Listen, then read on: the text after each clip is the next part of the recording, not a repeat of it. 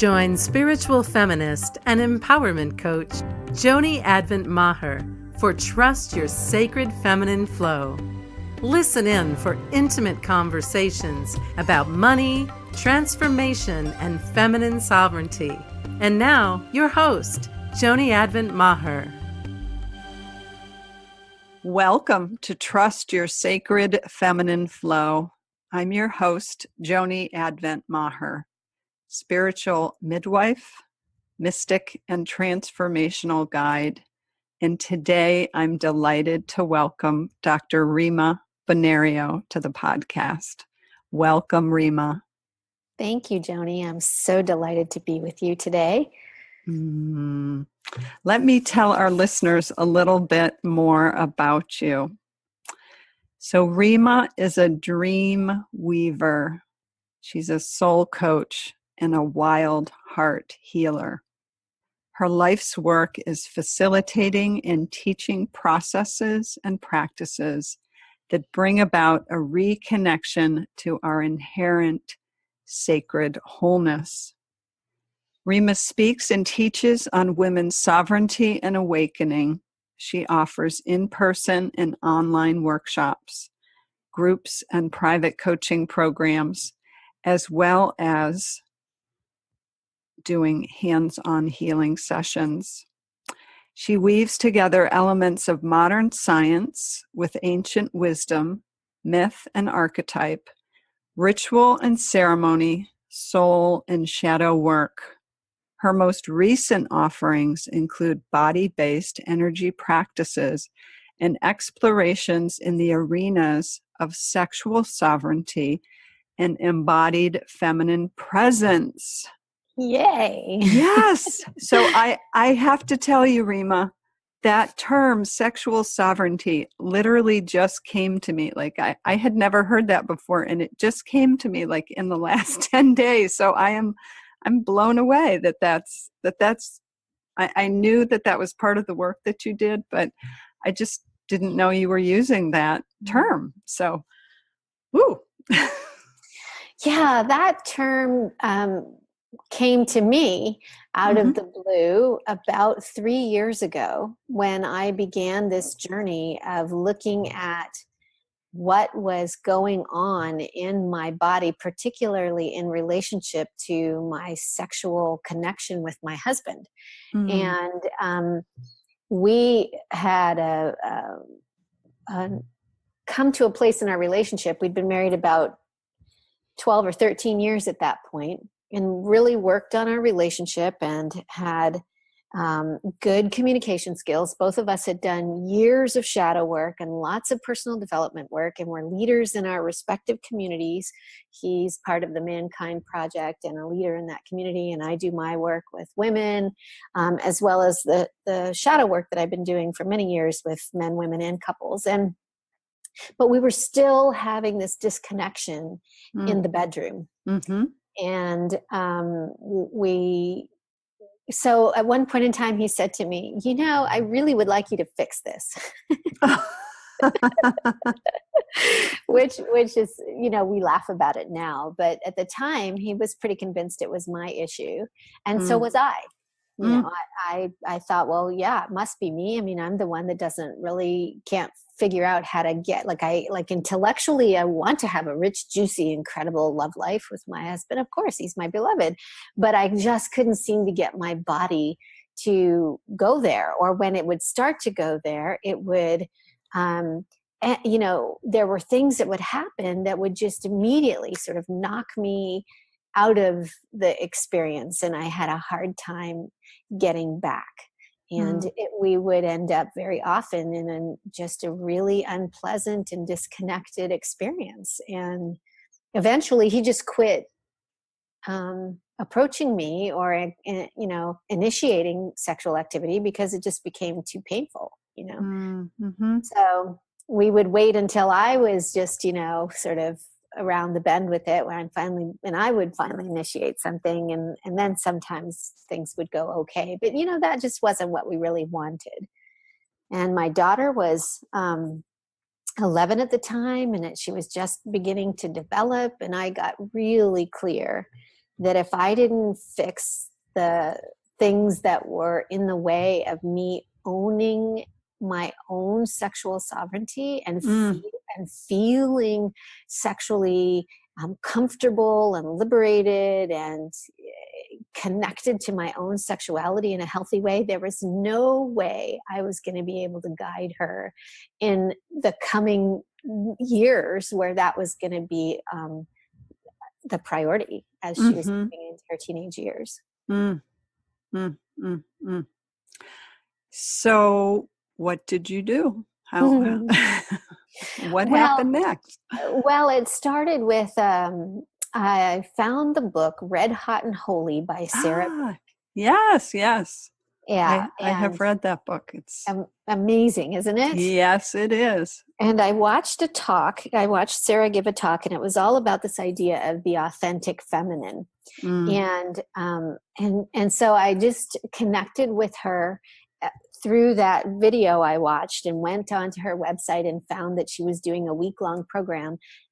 And I signed up for it right away. One thing I have learned in my journey for sure is that if I want to have a significant transformation in my life, then I need to be willing to commit two things to it: energy and money. I'm sorry, I meant time and money, both of which are forms of energy. Right? And if I'm not willing to put in a significant period of time, 7 days is a good amount of time. 10 days is even better if I really, really want transformation, because it allows me enough time to work with whatever teacher I'm studying with. To the first 3 days, all you're doing is disconnecting from your own home life and your patterns.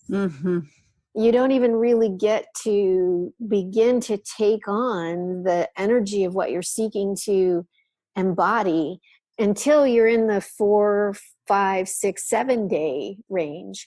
And then if you're lucky enough to get somebody who's doing 10 days, then you get the sort of the last 3 become deep integration time.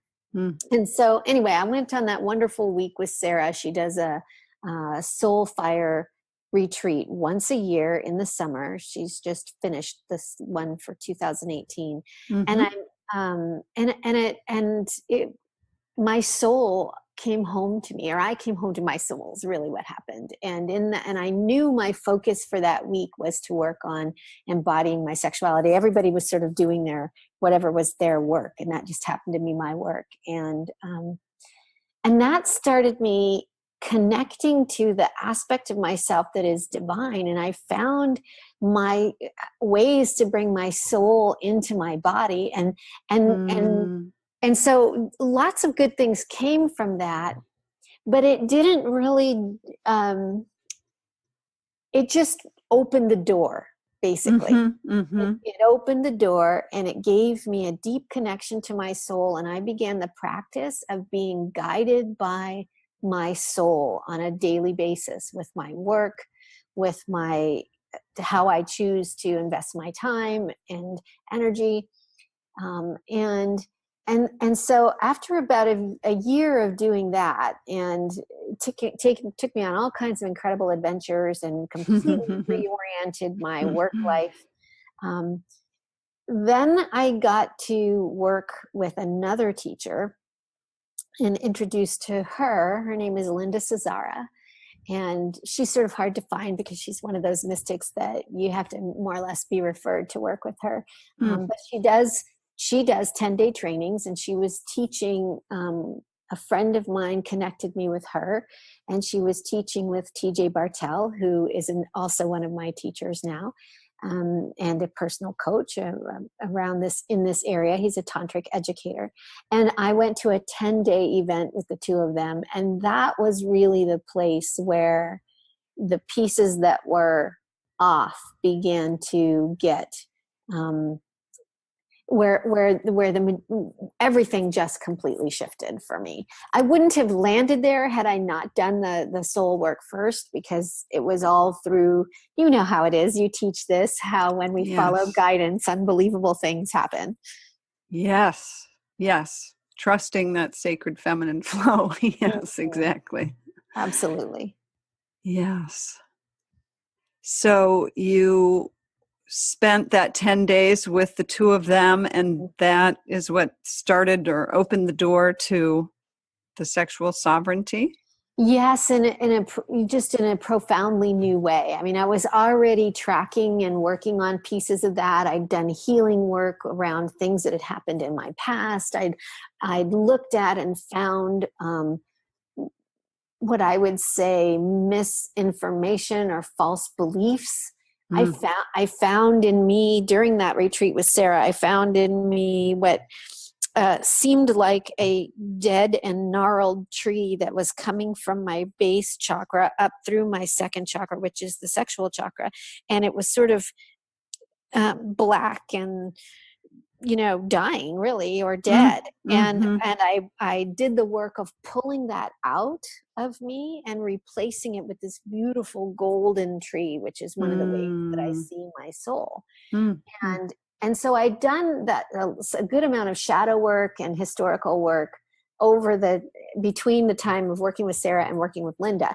And then when I got to Linda's class, I began working on my energy body, and I had no idea that I knew we were an electromagnetic energy field. I knew that from my heart math work and a lot of the other pieces that I'd had in the past, but I didn't understand that because of that, we have two poles in our body, two magnetic poles, just like the earth has a north and a south pole. Mm-hmm. And we also have a north and a south pole.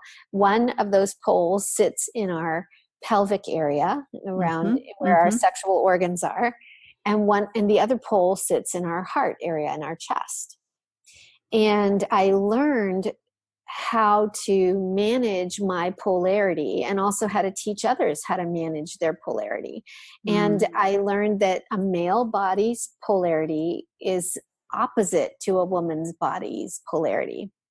And so all of us, our pelvic pole, or the pole in our sexual area, is our strongest and most significant pole. It's what I call the power pole.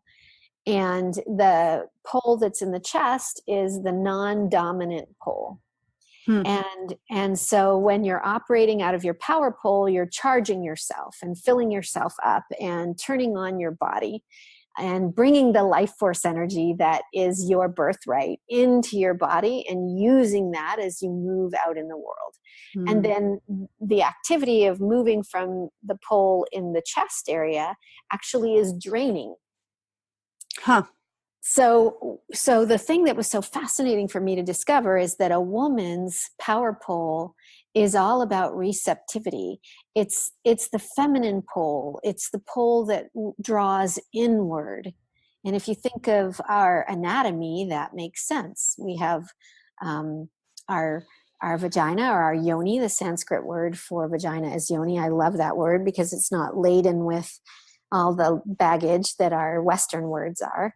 And it's a very sacred word. It means sacred space. And so we draw in there, and then we give out through our heart. Whereas a male embodied person does the opposite. The male body gives out through the pelvis and receives in through the heart. And so the reason this is so important is that I learned that I did not have my power pole turned on properly. I really, and most women actually do not. Our superpower is actually in receiving. And most of us really suck at receiving. Yes, I think you're accurate with that. Yes. Well, and it's, it's not our fault, but it is our problem. I mean, most of us have been trained to give. And in Western society in particular, the feminine aspects and feminine power is completely ignored at best. And it's denied at worst. And so we have been trained to operate in a world that has been, if you look at it historically, it was created by men and for men to work in a way that functions well with their bodies. Interesting which perspective. is all about doing and producing and being in motion constantly. Mm. So the feminine power of rest, of space, Mm. of intuition, and allowing, that type of power is not recognized hardly at all in our societal realms. And so if we want to be successful businesswomen, if we want to have a great career, even the task of raising children is a masculine task. We've genderized it and called it feminine, but it's an output. Even Mm-hmm. if you think about nursing your baby, your breasts are outputting. It's coming from your chest. Mm. So Literally, yes. literally, right. So growing the baby is a deeply feminine thing. It's happening in the womb. And we're simply allowing that life to form inside of us. But the moment we have to shift from gestating and being pregnant, being the creatrix, and move into raising the child, we move into a masculine energy. And so what very often happens for couples is that the kids are born and the sexual relationship between the husband and wife goes through an incredible adjustment. And sometimes the husband feels like he loses his wife. Like, what happened? We don't connect anymore. And then she can feel like, well, now I have another child, like I already have kids, and now you're just like another child, and that static happens because the couple has fallen out of polarity. And she's in mostly this is certainly what happened to me. I was running 2 businesses, getting my doctorate and raising a child. Wow. And so I was doing like mad and very successful, very competent, very capable of keeping everything going, feeling so proud of all of that. But that's intensely masculine. And I was not good at self-care. I was definitely not good at relaxing and laughing and letting my hair down and being soft and juicy and luscious in the bedroom, where I could receive my husband. None of that was happening. I didn't even know it was completely unconscious, and so what it's like is, if you imagine 2 magnets that the same end are facing one another, it's like they repel each other. So we had 2 masculine energies happening in the house. And usually what happens to a man in that scenario is he's got a choice. He can either continue to try to out-masculine his woman, which he will eventually do, because as women, we can never out-yang the yang. We can never be more manly than the men. They're just energetically better at it than we are. But of course, we can out-woman them, which is its own wonderful, beautiful thing. And so he either abandons his masculine so that there's no fight going on, and then he becomes more feminine. And then that usually ends up with us feeling like now we have another child, because now he's not doing, he's not in charge, he's not showing up in his strength, he's just waiting. He doesn't want to clash. And that happens because a lot of times our behaviors become emasculating to a man. We basically turn our men into boys, because we're energetically operating in a masculine fashion. And if they don't want to get divorced, because that's the other option, is they can leave. If they can leave. Right. Well, it makes me think about, you mentioned that they are receiving through their heart. So in order for them to have any chance of receiving, it sounds like there needs to be that peacemaking, so to speak, or that laying down of arms and not going into combat with their partner. Right. So that means they abandon their pelvis and they move into their heart. And so So if the woman abandons her pelvis and moves only into her heart, then you have a single polarity. You have, she's holding the masculine in her heart and he's holding the feminine in his heart. But ideally what you want in a couple is for a double polarity. You know, I want to have my polarity operating where I have my own masculine and feminine in a healthy arrangement, and he has his masculine and feminine in a healthy arrangement.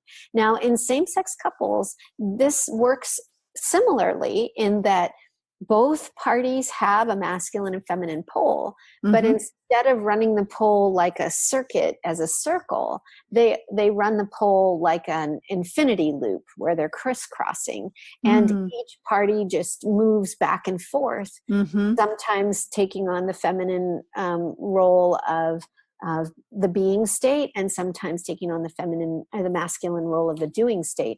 And I don't want anyone to misunderstand me here, in that we're not talking about saying that all of our advances in women's liberation and equality are bad or anything of that sort. We needed to be able to have the kinds of economic power that's brought forth in our life. However, there's been a little bit of an unintended consequence in that energetically, the generation that is dealing with these shifts and the ones coming behind, we are energetically somewhat confused about how we relate to each other now. And it gets in the way of our sexual connection. And so sexual sovereignty for a woman, for me, is more than just owning our desire. That's incredibly important. We want to own our desire, and we want to feel free to express ourselves sexually and to have our wants and needs, to deeply receive sexually. It also means to me understanding how my polarity affects my beloved, and how I can be sovereign in owning the fullness of my power as a woman that includes my softness, you know, and my ability to surrender to my beloved. Particularly, you know, think of it as a dance. People really get this in partner dancing. Only one person can lead if you're going to have a good time. Yes. Now, in Absolutely. the bedroom, that doesn't mean that we're passive when we're not leading or when I'm surrendered. There's a difference between I can be active and still surrendered. I can sometimes take the lead and move in a little bit more masculine way. Maybe I'm going to roll over and get on top. But the difference that I learned is that when I'm on top, I'm still functioning from a place of seeking my own pleasure. And so that's for you, that is the key piece about the receptivity, because I think that's really important. Yes. So that's what it's about. Yes, because when I am in the place of continuing to receive, even when I'm being active, like sort of being on top and in motion, what happens for my partner, if you have a male partner, and this happens also in same-sex couples, if they're good at switching their polarities or their energetic dynamics, as I'm seeking my pleasure and moving in a way that I'm really tuned into my body and I'm really enjoying myself, that just turns on my husband. And the man then he is in his right position, which is that of giver. And he feels needed and wanted and powerful and capable and completely in his manhood. And I feel sexy and desirable and juicy and full of pleasure and completely in my womanhood. And what you have then is an incredibly dynamic and powerful exchange of this magnetic energy that we create in our energy fields. And it's electric, and it's magnetic. I mean, you just, you want to be making love all the time. And it's really, really fun and exciting. I mean, that's what's happened to our sex life now. I mean, we practice our we've studied Tantra together, and we've worked with TJ, continues to be our coach, and we practice now together. Our sex life is a practice now. Mm. And we use it to create deep connection that serves us in every area of our life. Yes, I was going to ask you how it has changed just the dynamic in your relationship outside of the bedroom. Well, all of that sort of gritchy temper flares, arguments, what we've come to call static now, has primarily almost completely dropped away. I mean, we still have moments if we've been stressed, and as you know, we just spent 7 weeks in a huge move across the country. Yes. And lived in 4 different temporary housing situations, and, had trouble with our movers getting our belongings, and, you name it, right? So that's a high degree of stress. And we were saying to each other just the other day that we never could have come through it so skillfully and brilliantly if we hadn't gotten our polarity work handled and really been able to continue to practice and be loving toward each other and be excited about each other and with each other all through the move. And I find it incredibly settling. I mean, I had no idea how much I was going without, to not have this part of our relationship functioning. I had no idea how much it feeds me to really have a beautiful and nurturing physical connection with my husband. And every area of our life is better. We're sweeter to one another. We have fewer, the power struggles just disappear when our polarities are matched appropriately. Mm. So it's showing up just in your dynamic in terms of how you relate to each other. Absolutely. In day-to-day life decisions or roles or etc. Yes. So I've learned how to have conversations with him that allow him my power doesn't have to be in opposition to his power anymore. It's complementary instead. When I'm moving from my feminine power and I'm embodied in my feminine presence, we have incredible conversations. We make decisions easily. We respect the skill set of the other. And then when so we don't, we both listen and we both speak, but it's not that I become some mousy, feminine, old school type of controlled person. It's nothing like that at all. And when I'm in my feminine presence and I'm embodied, I'm at my most powerful place. And I'll tell you just honestly, what Tobias will say is that when I'm moving from that place, there's literally nothing that I can ask him for that he can deny me. It's his delight to give to me when I'm moving from that place, when I'm asking from that place, when I'm operating from that place. It is like a magnetic draw, and it charges him and it delights him to provide for me in that way. And then I get to provide back to him. See, he has that in pole as well. And he receives in also. And we just make sure that as we're doing it, both of us are staying charged, and I'm not over giving and he's not over receiving. And that can happen, in the bedroom, but it can also happen so for example, as women, we have more access to our emotions generally than men do. Just our brains are more, we have more neural connections in our brain. We can operate out of both hemispheres in our brain at the same time, and men simply can't. And so our brains are very different. And then because output comes from our heart, having a lot of words and speaking is very easy for us. Whereas for men, when they're listening, those words are coming into their heart, and it's draining for them. So I've learned to make appointments for deeper conversations.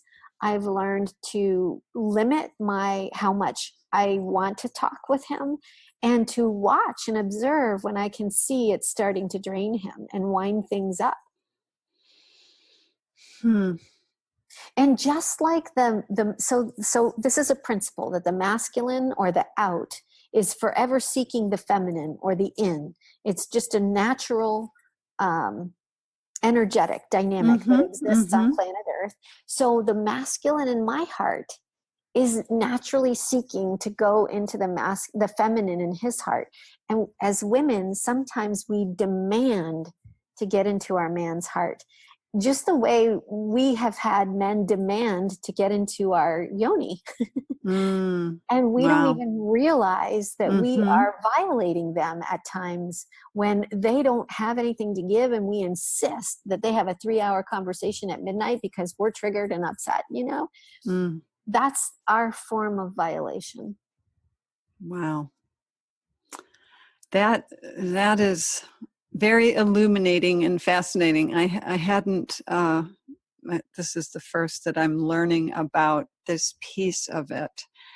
So I want to ask you, because I know, so tell me how you work with this and how you teach this, how it's showing up in your work and in your offerings. Well, I start by explaining the dynamics similar to the conversation we're having here, where we begin with a head knowledge, like, oh my gosh, I understand what's happening now. There's this polarity and there's an energy field, and many women that I work with come to realize, like I did, that my battery was basically upside down. That's an easy way to think of it. I had too much emphasis on my masculine and not enough emphasis on my feminine. So we want to understand that first. We need to make an assessment and figure out where we are. Some women are in the opposite scenario. They have abandoned their capacities in their heart, and they're always deeply in the feminine, and they feel powerless in some ways because they're not accessing the fullness of their feminine power.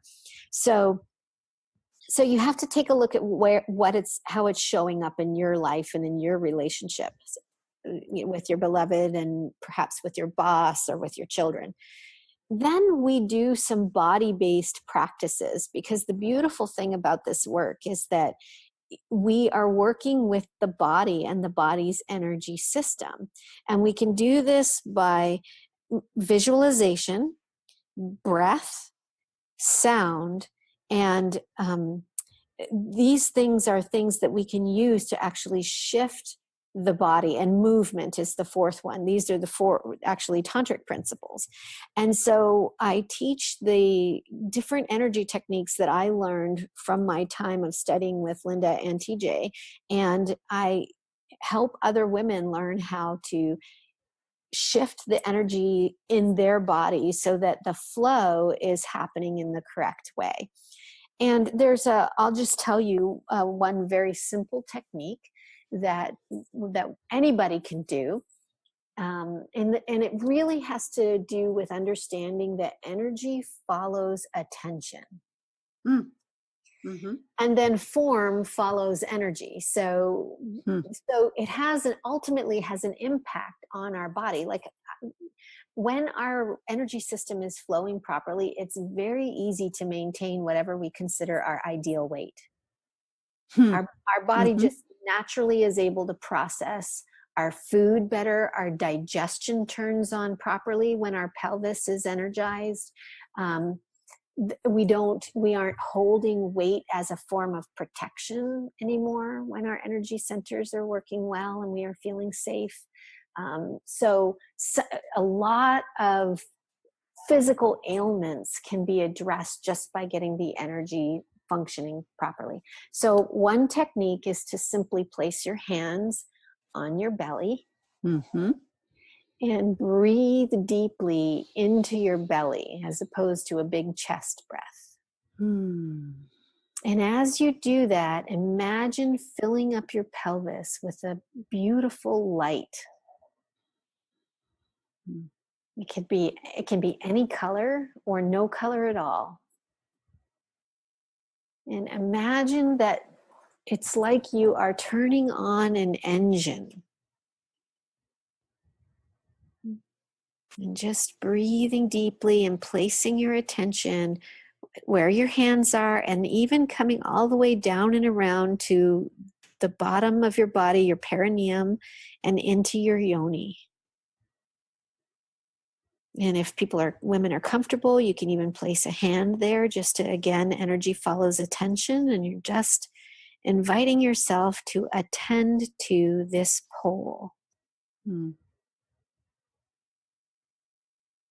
And I've been doing this for so long now that all I have to do is think about that area, and it just starts vibrating and radiating, and it's pretty much charged all the time now. So it's sort of just like checking in, and oh, yep, there it is. And we often think of this when if you're doing this now and you're starting to feel some energy moving in this area. Sometimes we think of this, we call it sexual energy. Mm-hmm. And it can absolutely be used in a sexual encounter, but it's really bigger than that. This is life force energy, and what we choose to do with it is our business. We can put it in our painting, we can put it in our mothering, we can put it in our self-care, we can put it in our business, we can put it in our time of rest where we're just enjoying being alive and not needing to do anything besides just feeling our own aliveness. Mm. Yes, I was wondering about those that aren't coupled at this time, or you were talking about your daughter and her development, and working with a young woman who's coming of age sexually. Just what it is that you're saying is possible. Yeah. So what we would do, and I do this even as my own practice, even though I have a partner, I don't want to rely on him to always be the one filling me. That would be a big burden. As I begin to flow that energy that's in my pelvis, I begin to pull it up to my heart, and then it goes out my heart and down around and back into my yoni. So it's like the draw of my yoni is sort of pulling the energy out of my heart, and it makes a full circuit now, if you can imagine it flowing. So imagine pulling that up to a second pole in your heart that's like a chalice. So maybe it's not as big as the pelvic bowl. You're filling that up, and then it's overflowing and coming back down around into the yoni. And so you're going around and around in your poles. And so that looks like making sure that the doer in us puts time on the calendar for the beer to have space. Yes. Absolutely. That whole premise of the self-care, self-love, and I love that you're saying that we don't have to receive A, just from a man, or B, sexually, that there are lots of ways that we can practice that receptivity and that charging. Absolutely. And what we want to be really mindful of is that sometimes the things we think of as self-care just become more to-dos. So really notice if signing up for that painting class is actually going to give you time to rest and settle into yourself and deeply connect with your soul, which it might if as you paint, that's part of the way you charge. Or if it's just going to feel like a rush to get in the car and race over there and one more thing in a really hectic, busy day. And now you're worried about, am I getting it right? And do I have my paints? And I have to go to Michael's and get, like that is not the receptive charging energy you're looking for. Go ahead. So it starts to push up against our the patterns and the beliefs we might have been raised around. Like, is it okay for me to just lay on the couch for 20 minutes and rest my eyes? And is it okay to want pleasure, to have pleasure? I Oh know yeah, we could that, talk about that for hours. yes, we could. And yeah, just that allowing ourselves to receive, not just filling up, but to take in pleasure, I think is a biggie for so many of us. It's huge. And I think a lot of us as women, some of the trouble we're seeing in our societies, the challenges between in relationships come from our inability to own our desire. Yes. Our desire scares us. It scares the cootie out of us sometimes, whether that's desire for our business to grow or desire to be loved. We think it's weakness sometimes. And, it can go that route. We can move into codependency if we're not careful. That is a problem for sure. We want instead to be in a place where we're in interdependence. Mm-hmm. Where we know we can rely on ourselves, and then we seek to bring a whole self, a full circuit into relationship with another full circuit, so that is an add to. So I want to ask you, because we're getting close to the end of our time, and I know you have a very exciting, beautiful, amazing offering that I want our listeners to hear about and for you to take some time with. So can you tell us about the trip you have coming up? Absolutely. It is my passion to help women find and hold and create this type of lasting change in their lives, so that the things they find, everything in their life begins to run more smoothly. And so I took a group of women last year to Egypt and had a profound experience of exploring the divine feminine there. And I knew before I left, I felt called by the goddess to bring another group back this year with more of a focus on embodiment. And so I invited TJ Bartel to come and co-facilitate this pilgrimage with me. And we have created a program that is designed to support women to actually really create the depth of sexual sovereignty and personal sovereignty that I believe every woman should have in her life.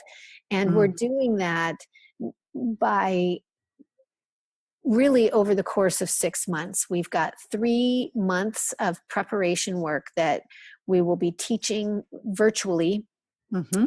And preparing the women to do the pilgrimage so that we get the most out of our time. And then on November 9th, we will be arriving, all the women will be arriving in Egypt.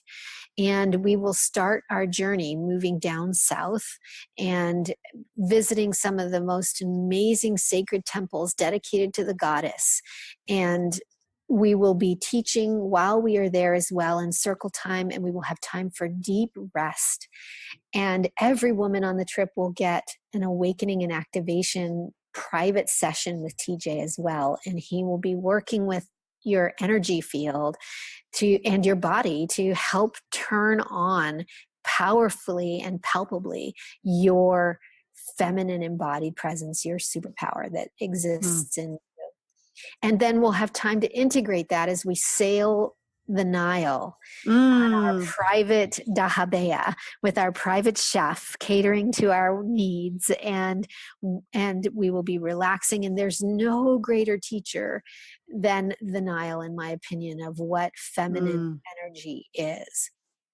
Sacred feminine flow. Yes, exactly. Deep, deep flow, being rocked to sleep on the Mother Nile for 4 nights as we cruise the Nile. And then we'll get to Luxor and fly to Cairo. And then we'll have a couple of days of doing some sightseeing in Cairo, where of course we'll go to the Sphinx and the Pyramid and the Cairo Museum. And we will be one of my favorite things is we'll be visiting Gamal's oil shop. And Gamal is a 5th generation alchemist.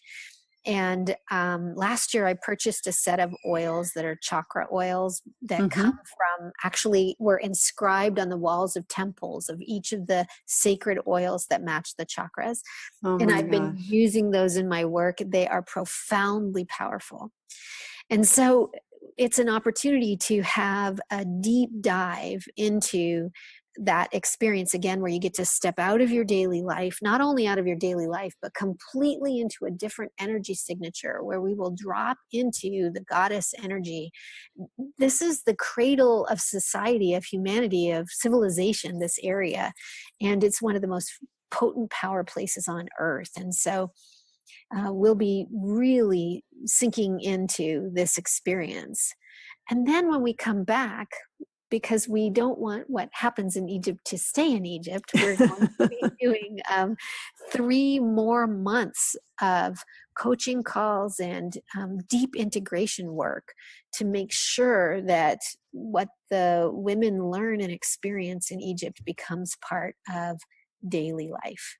And it's very exciting. We're going to be starting our first virtual session in September. And so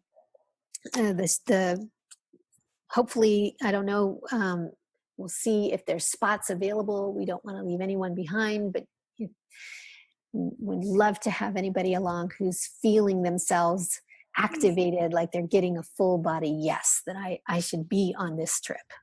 So if a listener wanted to inquire and participate and see if there's still room, how could they do that?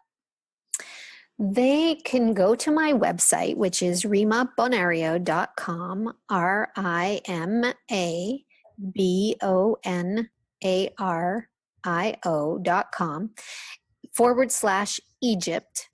And all the information about the trip is there.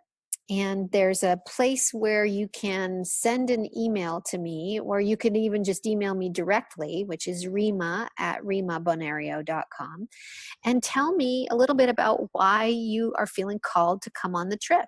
And what I do then is usually have a conversation with a woman who is interested, just to make sure that the trip is a good fit for her and she's a good fit for the circle, and make sure we get all of her questions answered, and then we'll get her registered and signed up and ready to go. So it's a profound experience. Yes, it sounds divine. Literally. It is that. Yes. So we need to bring this to a close, but I do love to ask my guests routinely if there was some piece of wisdom you would share or could share with your younger self, whatever age that might be, from this standpoint of who you are and all you've grown into. What would you let her know, that younger self? I would want her to know that she is beautiful beyond belief, that she is exquisite in every way, and that every inch of her body is delightful and delicious and desirable, and no imperfection could in any way take away from the version of the goddess that she is. And the goddess delights in being in so many varied forms. And so each one of us, in our particular and unique expression of the goddess, is in fact deeply divine. Aho. Yes. So thank you, Rima, for being here and sharing so generously. You have it's been a wonderful time for me just to take in and receive all the wisdom you have to share. And I know for our listeners as well. Thank you, Joni. Thank you for having me. My pleasure. And I want to thank you, dear listener, for taking your time to be with us. And as always, to remind you to trust what your heart knows. Thanks for listening to Trust Your Sacred Feminine Flow with Joni Advent Maher. If you like what you heard, the best compliment you can give us is to share our podcast with a friend and subscribe, rate, and review our podcast at iTunes.